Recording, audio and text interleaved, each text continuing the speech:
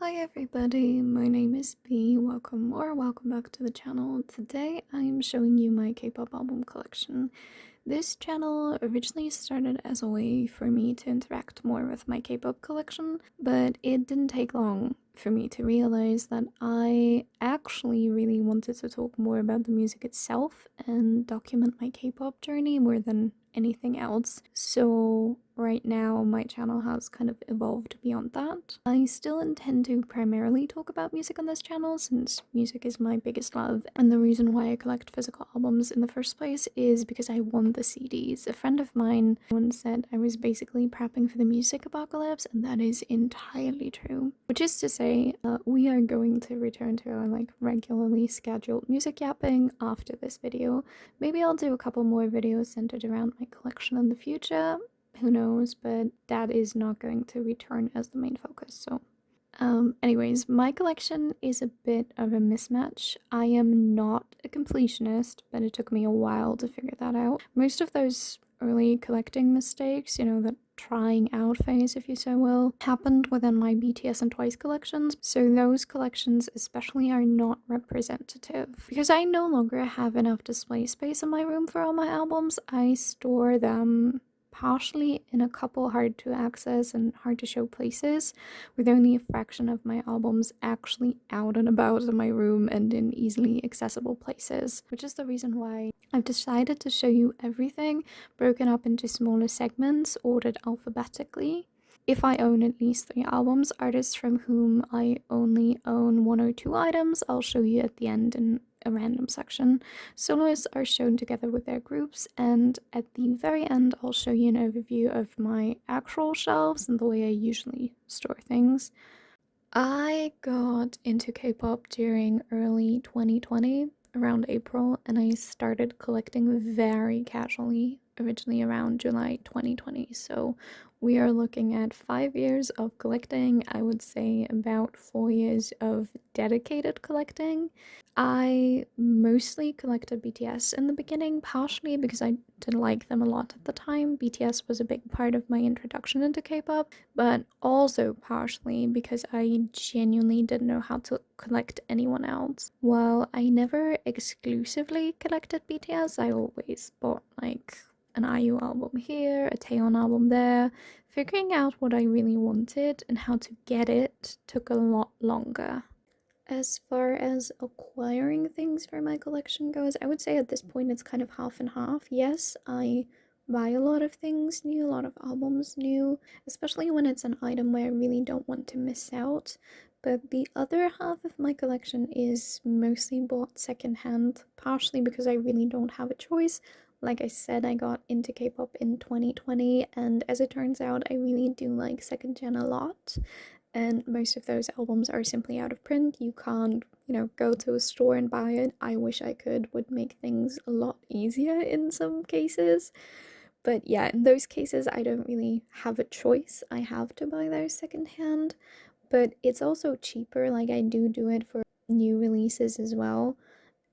Just because it makes collecting more affordable and I get to choose what I want. That can mean things like I can choose member versions, it can mean things like I get to choose my inclusions if I buy an unsealed album.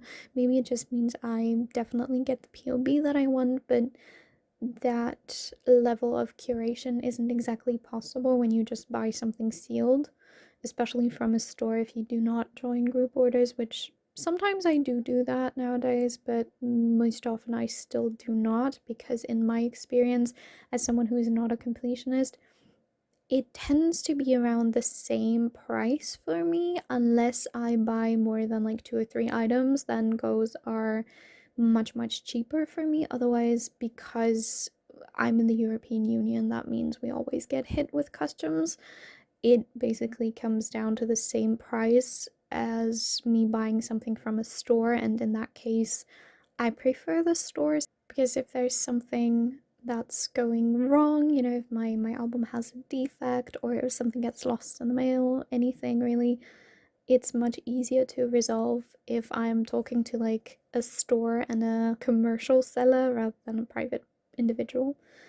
Also, I do buy bundles a lot whenever I can. Obviously, that once again has to do with like buying stuff secondhand, but in my experience, you can get some real gems like that. And I actually had a lot of luck this year already with buying bundles, but it does mean that sometimes I have items in my collections that I wouldn't necessarily have bought on their own and that I don't really know a lot about. Sometimes I end up really, really loving those items, sometimes not so much. I also was gifted some items, sometimes they were gifts from fellow fans. Some of the things in my collections I've gotten as freebies, and then I also have a very kind friend who gifted me a couple of albums, and I think that's pretty much about it as far as acquiring items for my collection goes.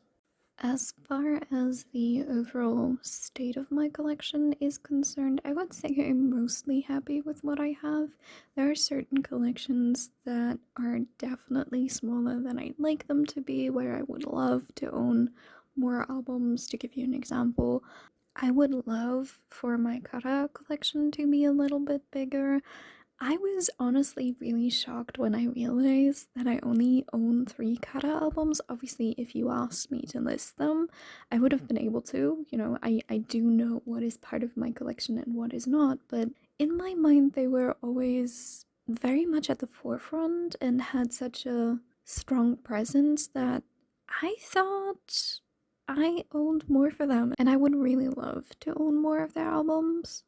I don't by any means want a complete collection or anything, that's way too much, but just a little bit more. And there are other parts within my collection that are honestly a little bit too big for me to feel comfortable with them.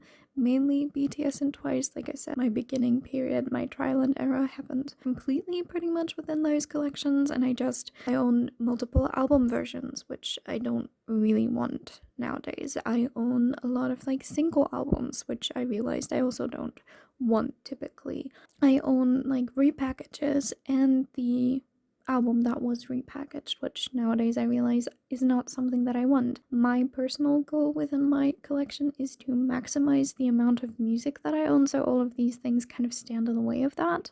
And I would really like to rectify that on the one hand, but on the other hand, I'm like super sentimental, and these things meant a lot to me, especially because they were part of the only things that I could do in 2020. And I don't know, it makes it a little bit complicated. And then there are other parts of my collection where I am currently happy with the size they're at. Boa is a good example for a collection like that, but I do know that at some point I really want to expand upon this collection, but I feel like I need to know the artist a bit more before I decide what I actually want, because again, I'm not a completionist. I don't want to simply own every album. I want to be a little bit more selective about that and maybe own like my top 10 albums or something for someone like Boa. Which sounds like a lot, but when you consider how vast her discography is, it really isn't.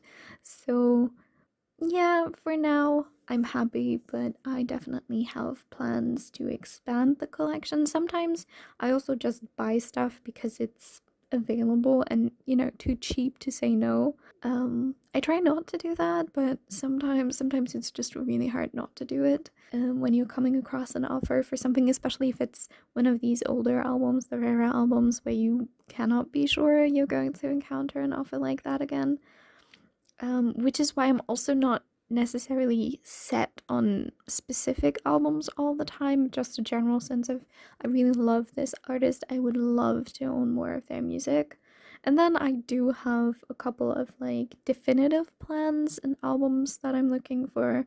Sisters Alone is a good example for an album I definitively plan on owning at some point in the future. I just haven't found an offer that I like yet. And to, for once, actually talk about something that you're currently seeing on screen. TVXQ is actually a really recent collection for me. I did own a couple of items prior to 2025, but I really only started collecting them in January, and most items are items that I only bought this year, and I got really lucky, I have to say that. Otherwise, I don't think this collection would have progressed as rapidly as it has. Yeah, I got really lucky to find these huge bundle deals early on in January for extremely cheap. I don't really intend to talk about money on this channel, but to give you an example, all of the TVXQ DVDs that I own now, I bought from a single person who sold all of them to me for 10 euros. And I don't mean per item, but like as a whole, all of the DVDs together were like 15 euros, including the shipping. And I found a similar deal for Jejong, which included the JYJ stuff as well, which admittedly I'm not that excited about. JYJ is kind of like really low on my list of priorities. I'm much more interested in the group TVXQ stuff and the solo careers. But yeah, just sometimes you get lucky. And finally, we reach the random collection part of my collection. Truthfully, I am really enamored with the idea of owning at least one album from a bunch of different groups, especially if those groups have some like standout albums or hits for me personally. And with those, I'm absolutely fine owning the one or maybe two albums. Good example for that is Beast. I don't necessarily want more Beast albums, I don't think. Obviously, I can't speak for future me, but right now I really just want Fiction, if I'm being honest, because that is one of my favorite K-pop songs ever.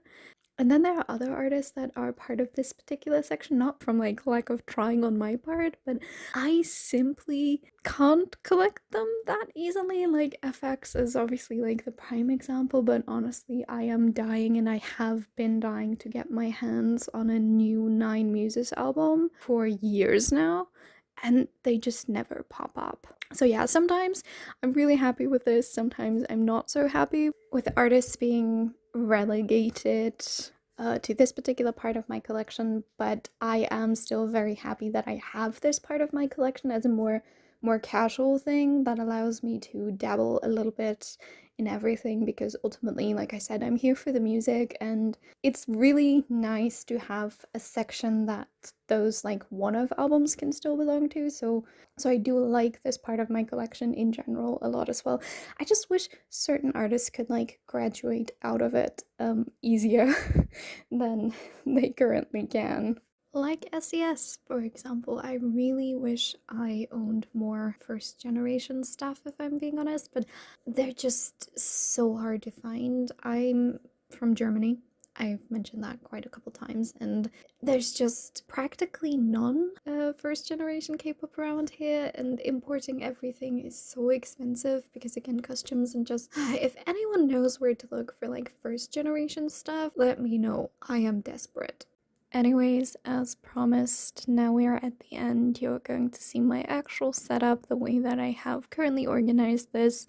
Currently, by the way, is around early April. These two shelves are the ones that are the most accessible within my room. These are part of my bookshelf. If you paid close attention to the earlier pictures, you may have seen a couple of my books play peekaboo occasionally because of the angles and stuff. They do take up the majority of this shelf. I have two shelves dedicated to my K-pop collection, and then I have 4 shelves that are primarily dedicated to my books. I want easy access to as much music and as many books as possible, which is why these 2 shelves are kind of rotating. Whatever I'm currently interested in is placed there. Outside of these 2 shelves, I do keep K-pop albums into other locations on this bookshelf. This is the shelf below the one we just looked at. This just houses my Mamamoo collection. They work as the perfect bookend for my Terry Pratchett books, which take up the rest of that shelf. This is the top of my bookshelf where all of my box sets live. Pleasure Shop is placed next to the Hitchhiker's Guide, specifically because I do think Ford Prefect would love drinking whatever crazy space drink out of this particular glass, so it fits. I love it. I adore it. I love staring at it. The next shelf is technically my like bedside table, sort of, kind of. This is the top shelf. The albums in the front are ones that I kind of want easy access to, whereas the ones in the back are albums that I'm currently not really reaching for as much. The next shelf that we're currently looking at is the one below the one we've just seen. This is also part of my like bedside table, again in quotation marks. It is double row. This is not really something that I want for this particular shelf. As you can see, the front row is exclusively jewel cases pretty much. This is not exactly an arrangement I'm truly happy with, and I'm thinking about maybe getting like an actual jewel case storage thingy. I'm not sure what they're called, which makes it kind of hard to search for them if I'm being honest, but I know they exist, and put something like that next to my actual CD player. And then finally, this is an open shelf. This is where I put my stuff, like my, I don't know, my keys, my books, whatever you're putting on your bedside table. Actually, that goes in front of the albums. This is just basically all shiny. And to the side, we can see my bell teacup.